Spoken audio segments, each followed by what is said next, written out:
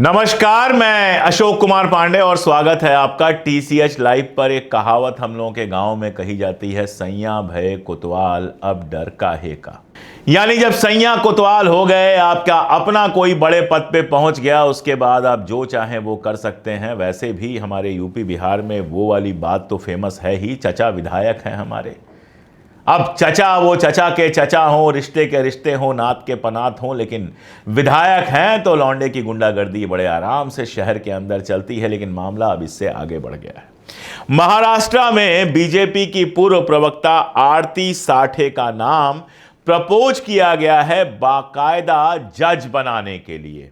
यानी कल तक वो भारतीय जनता पार्टी की प्रवक्ता थी, टीवी चैनलों पर बैठकर भारतीय जनता पार्टी को डिफेंड करती थी।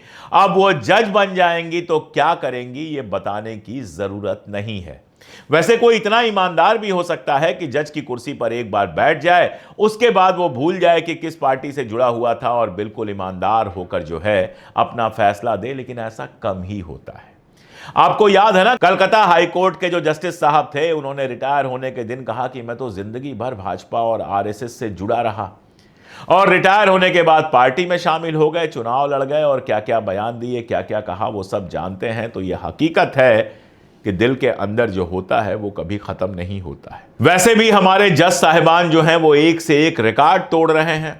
एक साहब बैठकर कहते हैं कि राहुल गांधी अगर सच्चे भारतीय होते तो इस तरह की बात नहीं लिखते। आज एक रिटायर्ड जज साहब ने आर्टिकल लिखा है, और बड़ा अच्छा आर्टिकल लिखा है, जिसमें कहा है कि जज साहब आप जो हैं वो राहुल गांधी के अंकल नहीं है, चाचा नहीं है, जो उनको ज्ञान दे रहे हैं कि उनको क्या लिखना है क्या नहीं लिखना है, कि वो सच्चे हिंदू हैं कि नहीं, वो सच्चे भारतीय हैं कि नहीं। ये काम आपका नहीं है।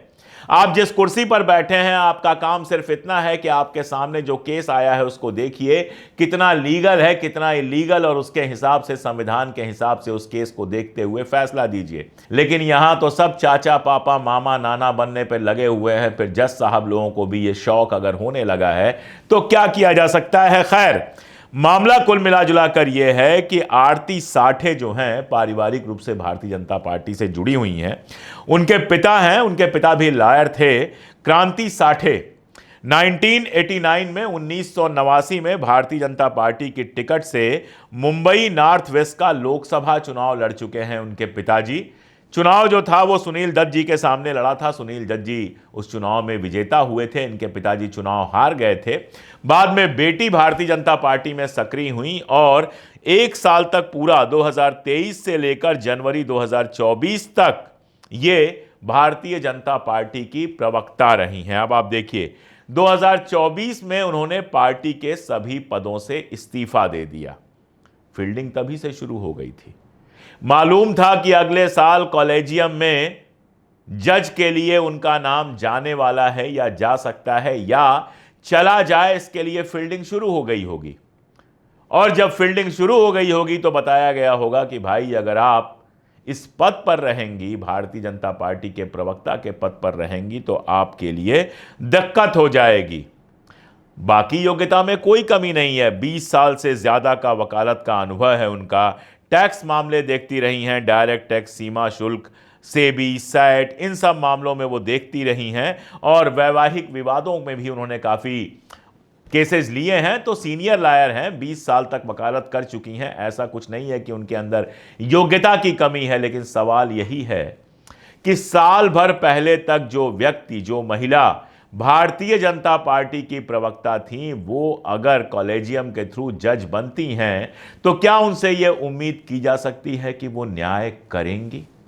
यह सवाल बड़ा है। और मैं ये भी नहीं कह रहा हूं कि वो न्याय नहीं ही करेंगी, मैं ये भी नहीं कह रहा हूं कि वो बीजेपी की ही जज साबित होंगी। लेकिन एक सवाल तो है कि क्या कोई और नहीं मिला जिसका पॉलिटिकल बैकग्राउंड ना हो? क्या इस पॉलिटिकल बैकग्राउंड के साथ, जिसमें साल भर पहले तक वो प्रवक्ता रही हैं, उनको जज बनाने पर सवाल नहीं उठेंगे? क्या जजेस के इंटीग्रिटी को लेकर और ज्यादा सावधानी नहीं बरतनी चाहिए? यह मामला भी सामने तब आया है जब एनसीपी शरद पवार के रोहित पवार, नाना पटोले कांग्रेस के, और बाकी लोगों ने इस पर सवाल उठाना शुरू किया है, और सोशल मीडिया पर खास तौर पर इस पर काफी बहस चल रही है। जो बीजेपी के प्रवक्ता हैं केशव उपाध्याय, उन्होंने कहा कि उनका भाजपा से कोई संबंध नहीं है, सभी पदों से इस्तीफा दे चुकी हैं। ये बड़ी अच्छी बात है। कल को केशव उपाध्याय जी भी सभी पदों से इस्तीफा दे दें और उसके बाद उनको डिस्ट्रिक्ट मजिस्ट्रेट बना दीजिए और फिर उनसे उम्मीद कीजिए कि वो न्याय करेंगे। क्या आपको ये सही लगता है? फर्ज कीजिए कि अगर यही किसी कांग्रेस परिवार से होती, किसी भारतीय जनता पार्टी के विरोधी परिवार से होती, आरजेडी के परिवार से होती या किसी भी सपा के परिवार से होती तो क्या होता? तब तो इस समय सारा गोदी मीडिया जो है इस मामले को सर पर उठाकर नाच रहा होता। तब तो नरेंद्र मोदी जी के अगल बगल खड़े लोग भी इसकी भर्त्सना कर रहे होते। लेकिन भारतीय जनता पार्टी के परिवार से हैं, इसलिए इनको बचाने के लिए पूरा का पूरा गोदी मीडिया लग जाएगा। भारतीय जनता पार्टी तो लग ही जाएगी। दरअसल पिछले लंबे समय से यह देखा जा रहा है कि कोर्ट के अंदर जिस तरह के फैसले आ रहे हैं उनको सुनने के बाद एक बार लगता है कि क्या कहीं कुछ गड़बड़ है। खास तौर पे जिस तरह के भाषण हमारे जज साहब लोग दे रहे हैं वो चौंकाने वाला है। एक भाषण का जिक्र मैंने किया ही, राहुल गांधी को सच्चे भारतीय होने की बात की जा रही थी। आप बताइए किस जज को यह हक है कि वो किसी को सच्चा भारतीय या सच्चा हिंदू या सच्चा ये या सच्चा वो होने का सर्टिफिकेट दे? कल प्रियंका गांधी ने बहुत सही सवाल उठाया कि जज साहब की हम इज्जत करते हैं, न्यायालय का हम सम्मान करते हैं, लेकिन उनको यह अधिकार नहीं है कि किसी को सच्चा भारतीय होने का सर्टिफिकेट दें। देखिए, कौन सच्चा भारतीय है कौन सच्चा भारतीय नहीं है, ये तो मुझे लगता है कि मतलब न्यायपालिका के प्रति पूरे आदर के साथ कह रही हूँ कि ये तो उनके दायरे में नहीं होता डिसीजन। ये कोई जस्टिस तो नहीं तय करेंगे। दूसरा, राहुल जी ने हमेशा आर्मी का, सेना का आदर किया है। उनके दिल में उन सेना के प्रति, सैनिकों के प्रति, उनके अफसरों के प्रति पूरी तरह से आदर है। और हर भाषण में जब भी बोलते हैं, जब भी उनका हम कुछ भी भाषण या कोई भी टिप्पणी सुनते हैं, उसमें वो आदर बहुत स्पष्ट दिखता है। जो लीडर ऑफ ऑपोजिशन होते हैं, जो नेता प्रतिपक्ष हैं, उनका जो कर्तव्य है वो ये है कि सरकार से सवाल पूछना। ठीक है, ये उनका कर्तव्य है, तो वो अपना कर्तव्य निभाते हैं। जब सरकार से सवाल पूछते हैं, उनको पसंद नहीं है, वो जवाब नहीं देना चाहते, इसलिए ये सब चीजें वो कराते हैं। आप सोचिए, उस केस में स्टे दिया गया, एक तरह से राहुल गांधी की जीत थी, लेकिन जानबूझकर यह भाषण दे दिया गया ताकि जो चर्चा हो वो स्टे पर कम हो, इस भाषण पर ज्यादा हो। इस तरह के भाषणों को सुनकर बार बार यह लगता है कि क्या जजेज भी कहीं ना कहीं पॉलिटिकली प्रभावित हो गए हैं या पहले से प्रभावित रहे हैं। कोलकाता का केस मैंने बताया, जहां जज साहब रिटायर होने के बाद कहते हैं मैं जीवन भर आरएसएस का फॉलोअर रहा। क्या आरएसएस के एक फॉलोअर के कोर्ट में अगर कोई ऐसा केस चला जाए जो मुसलमान के मुतल्लिक हो या आरएसएस के मुतल्लिक हो तो उसका सही फैसला हो सकता है?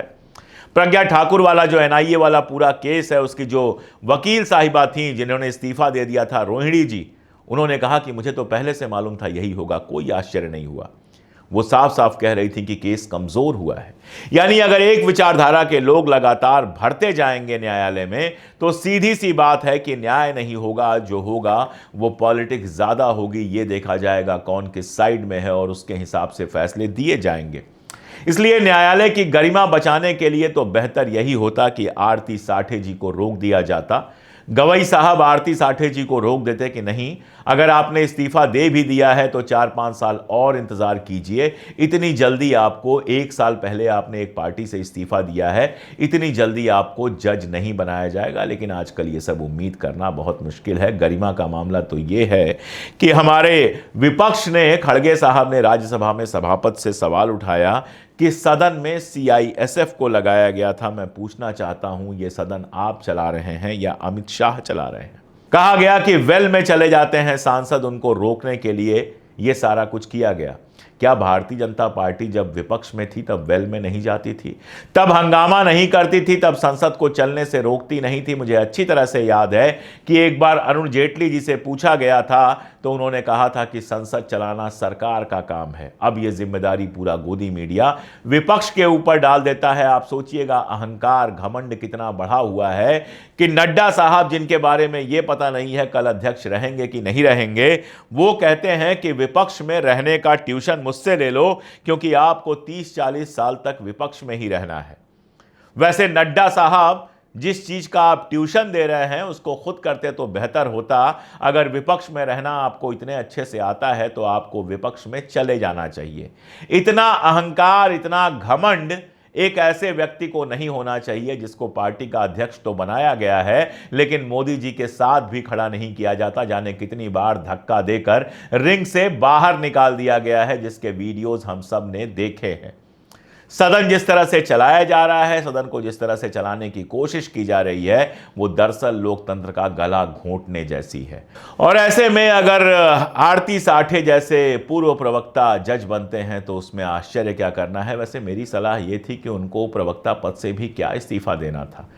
दिन में जज का काम कर लेती और शाम को टीवी चैनलों पर जाकर भाजपा प्रवक्ता का काम कर लेती, दोनों एक ही साथ कर लेती तो भी कोई क्या कर लेता। सैया भय कोतवाल अब डर काहे का। आज के लिए इतना ही, बहुत शुक्रिया।